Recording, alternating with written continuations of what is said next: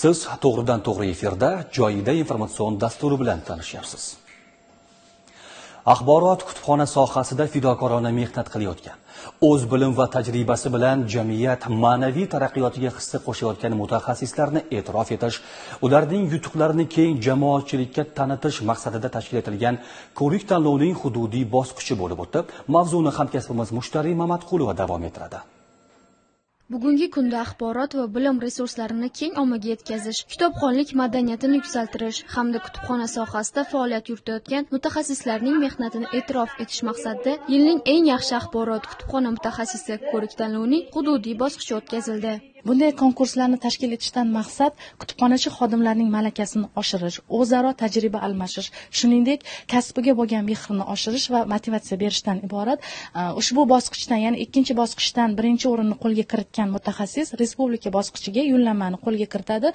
Mazkur tanlovda faol, tashabbuskor va ijodkor kutubxonachilar ishtirok etib, o'z ish tajribalari, innovatsion yondashuvlari hamda kitobxonlar bilan ishlashdagi samarali uslublarini namoyish etdilar. Birinchisi shu videoroliklar, ikkinchisi bahrubayt. Bu shartda terminlar aytib o'tiladi. Kutubxona sohasiga aloqador. Uchinchi shartda o'zimiz amalga oshirgan loyihalar va to'rtinchi shart test sinovlari bo'lib o'tadi. Bu ham bevosita kutubxonaga aloqador testlar bo'ladi. Shular asosida baholanadi. Jarayon juda ham haqqoniy bo'lib o'tyapti. Hammani ko'z o'ngida videoroliklar qo'yib berildi. Ushbu tashabbus soha xodimlarini yangi g'oyalar sari ilhomlantiradi, ilm va ma'rifat targ'ibotiga xizmat qiladi.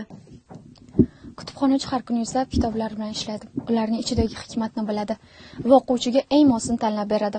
Kutubxona bilim chirog'i bo'lsa, kutubxonachi shu chiroqni so'nmasligiga harakat qiluvchi fidoyi insondir. Xorazm viloyatida aholini ichimlik va oqova suv bilan ta'minlash ishlari izchil davom etmoqda.